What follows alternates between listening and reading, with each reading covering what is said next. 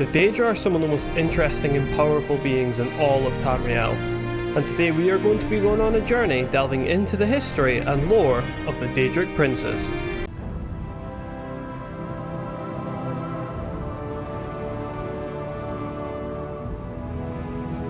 Make a wish and the Master of Wishes will grant it. However, this is not the genie from Aladdin you are dealing with. Invoke Clavicus Vile, the Prince of Trickery and the Master of Insidious Wishes, at your own peril. He is the Daedric Prince whose sphere is the granting of power and wishes through ritual invocations and pacts. Clavicus Vile is seen by many in the world of Nirn to be one of the more sophisticated Daedric princes. He has been known to be a patron to the vampires, gracing them with a social structure, reason and savvy, allowing them not only to live among regular mortals, but to hold powerful positions in society. Clavicus is rarely seen without his companion BARBAS, who is a shapeshifting Daedra who often seeks Vile's approval, albeit to little avail.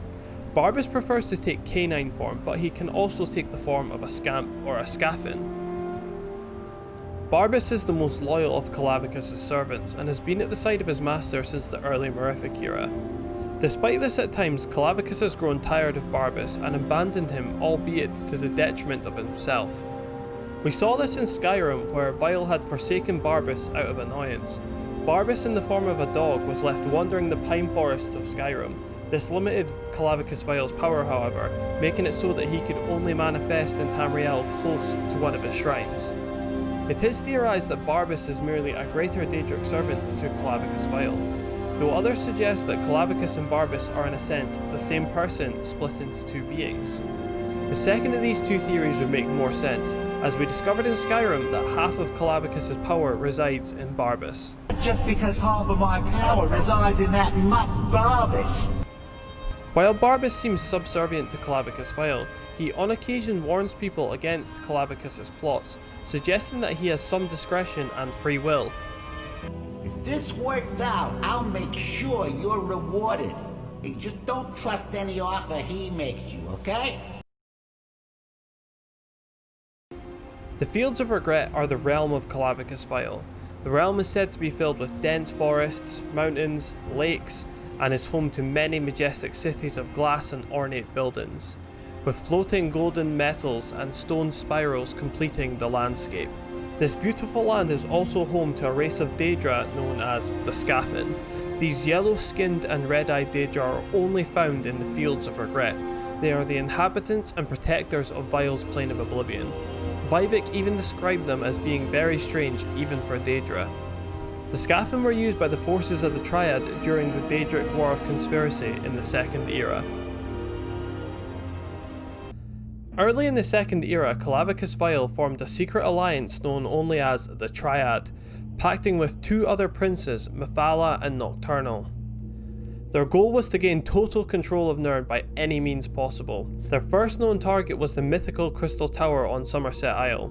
As part of their scheme, Clavicus Vile made a deal with the Slodes of Ulvar Kuss.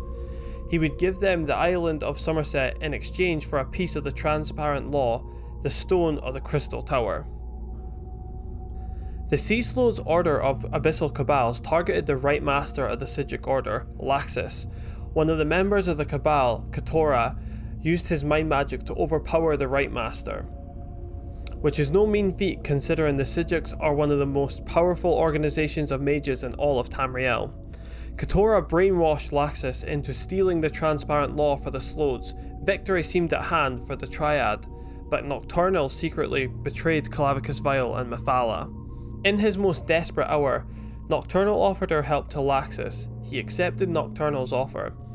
She taught him a spell to hide the crystal and declared that without a special passphrase in a language that only mortals could use, no one would be able to find the heart, not even Laxus himself.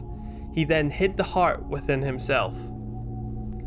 Nocturnal had successfully hidden the stone from the rest of the Triad, until such a time as she could move forward with her own plans. Laxus then moved the island of Artaeum off of Nirn entirely, to avoid falling under the influence of the princes yet again. With the Triad's plot seemingly foiled, they moved on and began to plot their next move. In the 6th century, at the height of the Canatan flu within Black Marsh, the Kothringi people were on the verge of extinction. In a desperate effort to save themselves, a singular tribe in northern Shadowfen turned to the Daedra for help. Clavicus Vile offered to save their tribe at the cost of their mortality, and they accepted, but becoming undead, unable to die. That is what happens when you make deals with the Daedric Prince of Trickery. Clavicus Vile said he would save their tribe, and he did, but he did not say how he was going to do it. The Cothringi would continue their way of life until halfway through the 6th century, when the Vestige discovered the truth that the tribe was given a choice by Clavicus Vile. The Vestige then claimed they could break the curse and kill the last of the Cothringi, including those who wanted to continue living, or they could doom the rest of the unwilling Cothringi to continue their suffering forevermore. It is unknown what fate the Vestige chose for the Cothringi people. Following this, the Triad found that their next target would be the fabled Clockwork City, the city created by Sophasil. While the Triad began their attempts to locate it, BARBAS enacted his own plan to please his master. The prince's companion infiltrated Vardenvel and utilised the godly energy he had siphoned from Vivek to locate and invade the Clockwork City. And though BARBAS's invasion was stopped by the Vestige, and Vivek's stolen energy was returned before Vardenvel was destroyed, he nevertheless succeeded in locating the Clockwork City for Clavicus. Now knowing how to enter the Clockwork City, the Triad quickly launched a full-scale coup to seize it. Nocturnal replaced Sophasil with a shadowy replica and imprisoned the Clockwork God within his own throne. The Vestige would once again intervene and free Sophasil, seemingly foiling the Triad's plans once more. However, Nocturnal had tricked Clavicus Vile and Methala again and succeeded in stealing crucial information for the final part of her plan. The Triad turned their attention once more to the Crystal Tower, following this failure seeking some way to find the missing heart of the Transparent Law, or otherwise gain entrance to the tower. Clavicus Vile would send the Abyssal Cabal to the Somerset Isle once more to hunt down Lashus and pull the location from his mind. The chase would lead the Cabals to Artaeum. Keturah used the power of the Abyssal Pearls to invade the Sijic Island and attempted to pry the location of the Heart of Transparent Law from Lashus' mind, but was stopped and killed by the Vestige. Afterwards, Lashus gradually regained his memories, and soon found himself with the Vestige and fellow Sijic Valsaren and Meridia's champion Darren Gauthier in Nocturnal's realm of oblivion, Evergloam, where the group attempted to learn where Lashus had hidden the heart. When they reached the ritual site and learned that the heart was inside Lashus' body, Methala and Clavicus Vile both immediately manifested themselves within the realm to claim the crystal. However, both Clavicus Vile and Methala were interrupted by Nocturnal, who betrayed them yet again. She banished both of them from her realm and ripped the crystal right out of Lashus' body herself. Nocturnal's plan to achieve infinite power had now come to fruition. Utilising a technique stolen from the Clockwork City and the omnipresent nature of the Crystal Tower, she would attempt to drain all life out of every single reality and use that power to become everything. So began the Daedric War of Conspiracy. Clavicus Vile begrudgingly allied himself with the Sijic Order and the Vestige in order to stop Nocturnal, granting them access to the Crystal Tower's counterpart in his own realm of oblivion, and having Barbas lead the charge against Nocturnal's invading forces. After the Vestige succeeded in finally putting a stop to Nocturnal's plot, Clavicus Vile and Methala both joined the Cold Harbour Compact. Little is known about the Cold Harbour Compact, but it is speculated that it prevents the princes from directly manifesting on Nirn. However, this has not stopped the princes from trying, and some even achieving this. We saw Mehrunes Dagon enter into Nirn in his true Daedric form during the Oblivion Crisis. Clavicus Vile has 4 artifacts in the world of Nirn, and a much debated 5th artifact. The Bitter Cup is the first of these artifacts. The Bitter Cup is an artifact sacred to Clavicus Vile. The Bitter Cup became the focus of a Thieves Guild operation in Vardenvel during the Third Era. The Nerevarine was tasked with finding the Bitter Cup from the ruins of Aldraena, and then he used it to bribe Eldis Fire Eye, a member of the Balmora Fighters Guild, who was a secret worshipper of Clavicus Vile. The Mask of Clavicus Vile is the second of these artifacts, and probably Clavicus' most famous and well-known artifact. The mask makes the wearer much more popular wherever he or she goes. Like most of the Daedric artifacts, Clavicus can recall the artifact at any time he chooses to. The most famous story behind the mask is the tale of Avlia, a noblewoman of some renown. As a young girl, Avlia was grossly disfigured by a spiteful servant. Avlia then made a dark deal with Clavicus Vile and received the mask in return. Though the mask did not change her looks, suddenly she had the respect and admiration of everyone. A year and a day after her marriage to a well-connected baron, Clavicus decided to reclaim the mask for himself. Although pregnant with his child, the baron witnessed Alvea for the first time and was disgusted at what he saw without the mask. He banished Alvea from his household. 21 years and 1 day later exactly, Alvea's daughter claimed vengeance for her mother by slaying the baron. The third of Clavicus' artifacts is the Rueful Axe. The Rueful Axe is a powerful battle axe created by Clavicus Vile for a powerful conjurer called Sebastian Lort, whose daughter was a worshipper of the Daedric Prince Clavicus. She became cursed with lycanthropy. Lort tried to find a cure for his daughter, but to no avail. In sheer desperation for his daughter, Sebastian Lort then turned to Clavicus Vile for help and pleaded for a deal. Clavicus gave him the Rueful Axe as a means to cure his daughter. Sebastian Lort, like the Quathrungi, was on the end of a bad deal with Clavicus Vile. With no end in sight for his daughter, Sebastian eventually killed her and in the process condemned his soul to Clavicus Vile. The last Dragonborn in BARBAS were tasked with killing Sebastian Lort and retrieving this powerful axe for Clavicus in the 4th era. Upon returning to Clavicus' shrine, Clavicus made the Dragonborn an offer to keep the axe if the Dragonborn would kill BARBAS. Ah, but it almost seems a shame to give a weapon like that away, doesn't it? I suppose I could be persuaded to let you keep it. But only if you use the axe to kill BARBAS. Simple as that.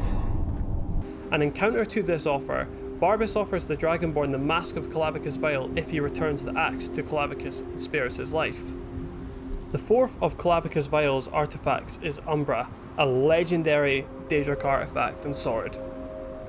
Now, if you did not have or know about this sword in Oblivion, apparently you were the biggest noob walking planet Earth. The Umbra Blade is a Daedric artifact designed with the sole purpose of entrapping souls within it. The ancient witch Narena Ware created the sword at the request of Clavicus Vile, who wanted the sword as a tool of mischief which would send him souls from the mortal realm. Narena created the sword, but it was unstable. She required Clavicus to give her a piece of his power to be imbued within the sword in order to stabilize it. However, Narena, sometimes accredited with being Sheogorath in disguise, supposedly tricked him. With a piece of Clavicus' power infused inside the sword, the blade took on a life of its own. It became a sentient being which called itself Umbra. Narena was then later executed for her evil creation, but not before she hid the sword. The sword, with its own will, remained hidden until a worthy wielder was found. Umbra can even change its shape if it desired to do so, but it has always taken on the form of a bladed weapon. It has been described as a black and silver claymore, a jet black longsword, and a black sword with red inscribed markings. The sword is also known to have the ability to absorb health and stamina of those it strikes. Umbra slowly takes control over the wielder's mind. The longer someone is in possession of the blade, they become the personification that is Umbra. The Nerevarine came into possession of the legendary blade Umbra by defeating its previous owner, an orc named Umbra, who had grown tired of life. The Nerevarine later sold the blade to Torasa Aram, the curator of Mernhold's Museum of Artifacts. After this, Umbra then mysteriously vanished for some time, before resurfacing in Cyrodiil during the Oblivion Crisis, where Clavicus Vile tasked the champion of Cyrodiil with retrieving the sword from a Bosmer named Umbra in exchange for his mask. BARBAS, however, attempted to dissuade the champion from doing so, saying that the sword was bad business, and if Clavicus regained the sword, it would ruin him. It is not known what the champion's decision was, but Umbra eventually came into Clavicus' possession a few years later.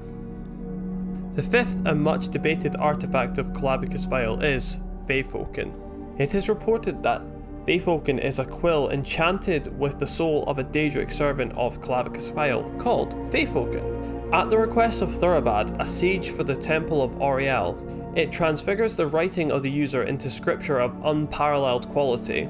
The trade-off to wielding such an item, however, is that the quill manipulates the thoughts of the holder. In the case of Thurabad, he was driven to suicide. The Master of Insidious Wishes is definitely one of the most interesting and sophisticated of the Daedric princes. Clavicus is cunning, ruthless, and in all honesty, really not someone you'd want to make a deal with. What plans he has for the future of Nirn, either small or grandiose, are unknown. However, like most of his kin, you would wager that Clavicus Vile will try and remake the world in his image. But the question is whether Clavicus will go it alone the next time he tries to reshape the world.